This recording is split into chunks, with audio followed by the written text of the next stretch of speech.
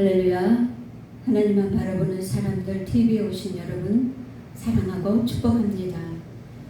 오늘 은혜 받을 주제의 말씀은 감사를 잃으면 하나님도 멀어진다입니다. 원망은 영혼의 문을 닫게 합니다. 이스라엘 백성은 홍해를 건넜습니다. 만나를 먹었습니다. 구름기둥과 불기둥의 인도를 받았습니다. 그런데도 광야에서 계속 원망했습니다. 왜 그렇습니까?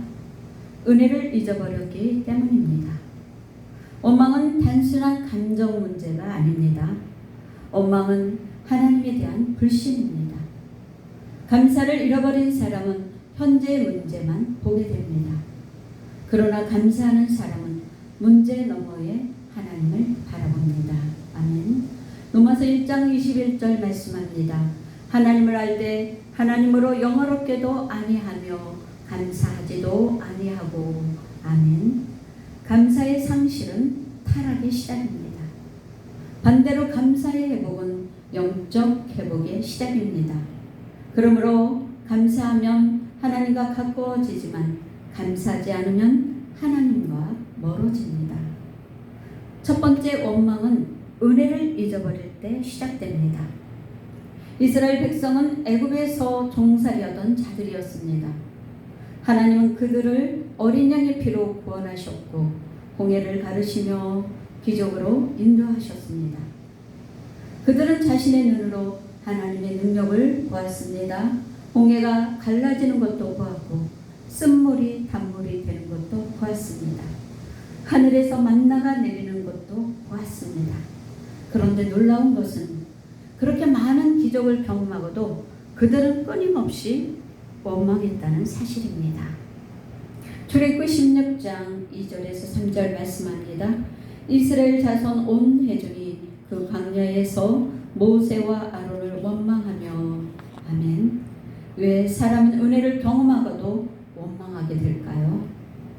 인간은 은혜를 오래 기억하지 못하기 때문입니다.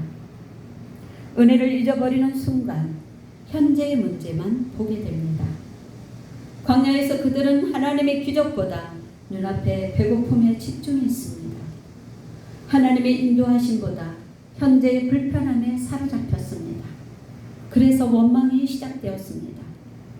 원망은 상황이 힘들어서만 나오는 것이 아닙니다. 하나님의 은혜를 잊어버렸을 때 나오는 것입니다. 오늘날도 마찬가지입니다. 처음 구원받았을 때는 감사했습니다. 기도 응답만 받아도 눈물 흘렸습니다. 예배만 드려도 감격했습니다. 그런데 시간이 지나면서 은혜를 당연하게 여기기 시작합니다. 그 순간 감사는 줄어들고 원망이 많아집니다. 두 번째 원망은 단순한 불평이 아니라 하나님에 대한 불신입니다. 많은 사람들은 원망을 단지 성격 문제 정도로 생각합니다. 그러나 성경은 원망을 매우 심각하게 말씀합니다. 왜냐하면 원망의 본질은 하나님을 향한 불신이기 때문입니다. 출애굽기 16장 8절 말씀합니다. 너희의 원망은 우리를 향하여 함이 아니요 여호와를 향하여 함이로다. 아멘. 이스라엘 백성은 겉으로는 모세를 향해 불평하는 것 같았습니다. 그러나 하나님은 그것이 결국 하나님 자신을 향한 원망이라고 말씀하셨습니다. 결국 하나님이 세운 지도자에게 불평한 것은 하나님께 불평한 것이라는 말씀입니다. 왜냐하면 원망 속에는 이런 마음이 숨어 있기 때문입니다. 하나님은 나를 돌보지 않으신다. 하나님은 나를 사랑하지 않으신다. 하나님은 선하지 않으신다. 하나님은 내 삶을 잘못 인도하고 계신다. 그래서 원망은 단순한 감정 표현이 아니라 믿음의 문제입니다. 감사는 하나님은 여전히 선하시다라는 믿음에서 나옵니다. 아멘. 반대로 원망은 하나님을 신뢰할 수 없다라는 불신에서 나옵니다. 감사와 불평은 종이 한 장 차이입니다. 세 번째, 원망은 영혼의 눈을 어둡게 만듭니다. 감사를 잃어버린 사람은 점점 하나님보다 문제를 더 크게 봅니다. 광야의 이스라엘은 늘 환경에 사로잡혀 있었습니다.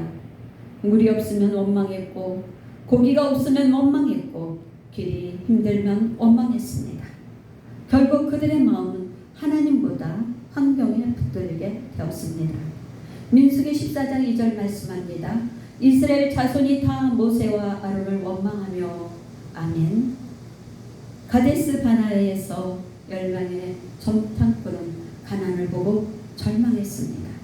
왜 그렇습니까? 감사를 잃어버렸기 때문입니다. 감사를 잃어버린 사람은 약속보다 현실을 더 크게 봅니다. 감사를 잃어버린 사람은 하나님보다 문제를 더 크게 봅니다. 그러나 여호수아와 갈렙은 달랐습니다. 그들도 똑같은 거인들을 보았습니다.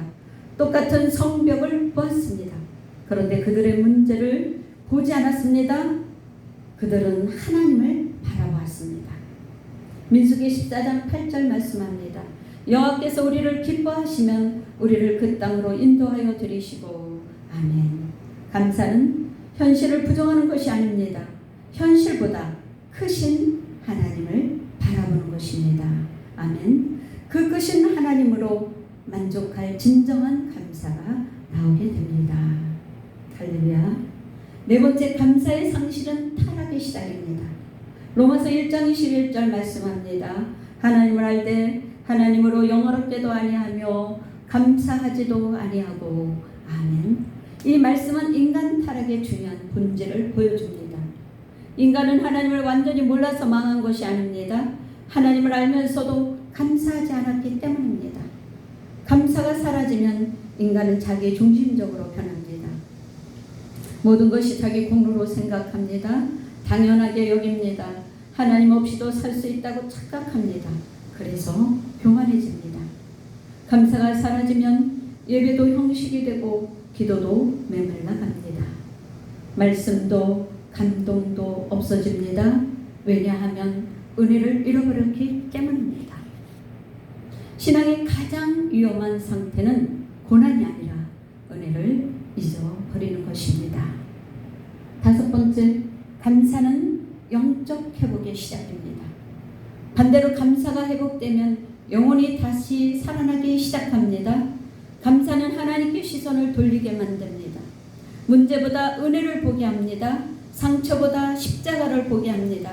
환경보다 하나님을 바라보게 합니다. 아멘. 다윗은 수많은 고난 속에서도 감사했습니다. 시편 103편 2절 말씀합니다. 내 영혼아 여호와를 송축하며 그의 모든 은택을 잊지 말지어다. 아멘. 다윗은 완벽한 환경 속에 있었기 때문에 감사한 것이 아닙니다. 은혜를 기억했기 때문입니다. 아멘. 감사는 기억에서 시작됩니다. 십자가를 기억하십시오. 구원의 은혜를 기억하십시오. 지금까지 인도하신 하나님을 기억하십시오. 그러면 감사가 회복되기 시작합니다. 그리고 감사가 회복되면 영혼도 회복됩니다. 아멘. 왜 감사를 잃으면 하나님도 멀어집니까? 원망이 하나님과의 관계를 막기 때문입니다.